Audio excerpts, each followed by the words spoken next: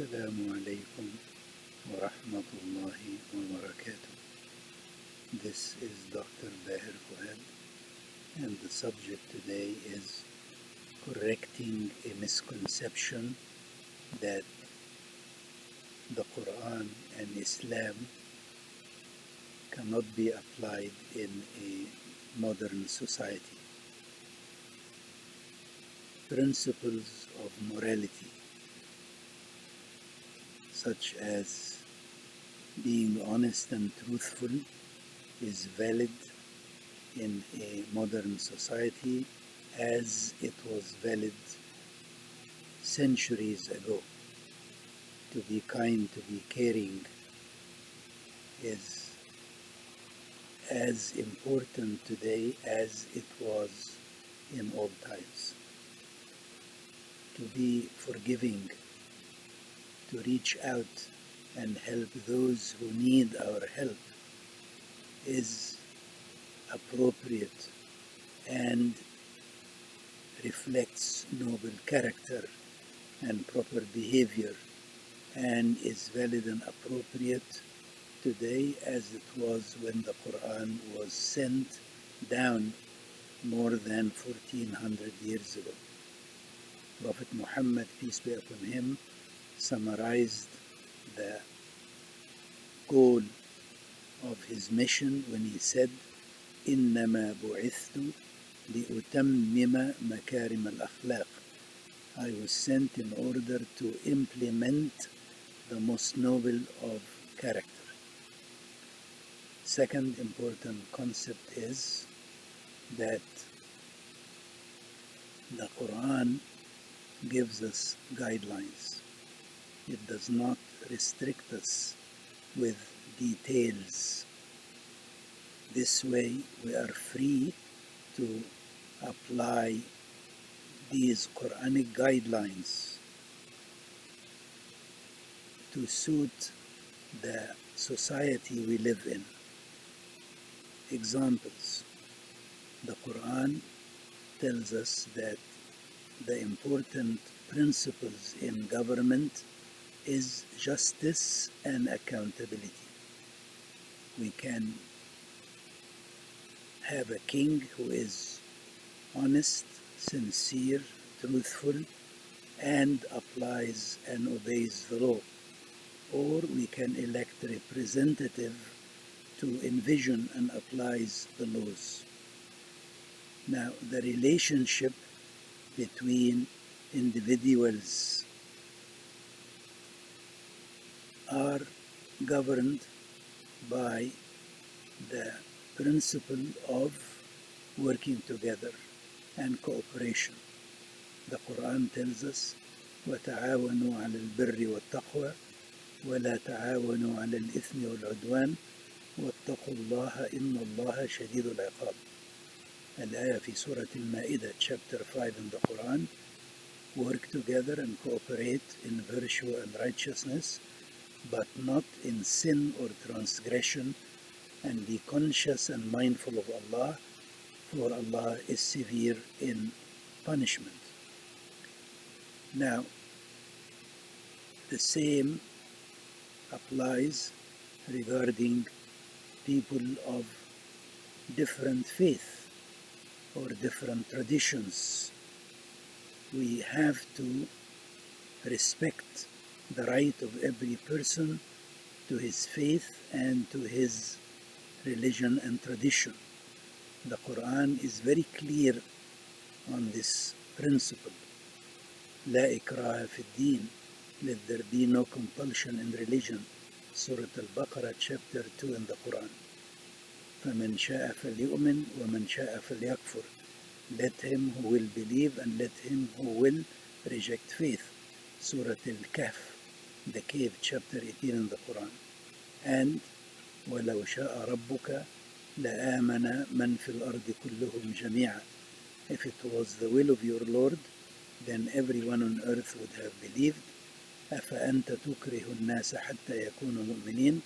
Are you then forcing people to believe against their will? So the Quran guarantees the right of every person to his faith and forbids Muslims from forcing anyone to Islam against his or her will. The objection comes from certain verses in the Quran regarding the punishment. For example, in Surah Al-Ma'idah chapter 5, وَالسَّارِقُ وَالسَّارِقَةُ فَاقْطَعُوا أَيْدِيهُمَا جَزَاءً بِمَا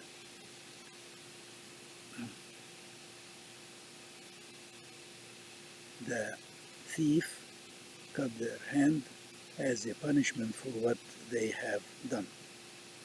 Now, this punishment may have been appropriate at a certain time, but it is not valid or appropriate at our time or in our society, and other forms of punishment obviously are better. Similarly, في سورة النور, the light chapter 24 in the Quran, it talks about the punishment of an adulterer or adulteress in the form of flogging, and such punishment may not be valid or appropriate in our time. Now, the third important principle is the relationship between people of different faith. The Quran gives us guidelines that as long as people of other faith are not fighting you because of your faith or what you believe in, are not forcing you out of your homes, then you should treat them on the basis of kindness and justice.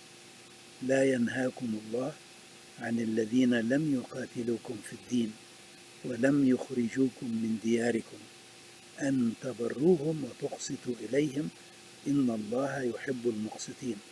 Allah forbids you not regarding those who do not fight you because of your faith and do not force you out of your homes, to treat them on the basis of kindness and justice, for Allah loves those who are just.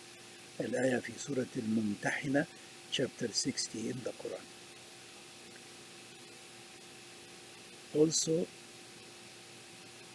it is important that we safeguard the rights of every person to his faith, to his tradition, to his religion, regardless whether that person is a Muslim or a Christian or a Jew or following any other tradition. And Prophet Muhammad signed a treaty of peaceful coexistence and non-aggression and cooperation between the three Jewish tribes in Medina and between the Muslims in Medina. In this treaty, the rights of Jews were safeguarded and protected by the Muslim state, the right to live free, not afraid for his life or possessions or family, and the right to talk freely, and the right to worship according to his faith and tradition. Their synagogues were protected, and this is the first international treaty guaranteeing the rights of every group or every person to his faith, religion, and tradition.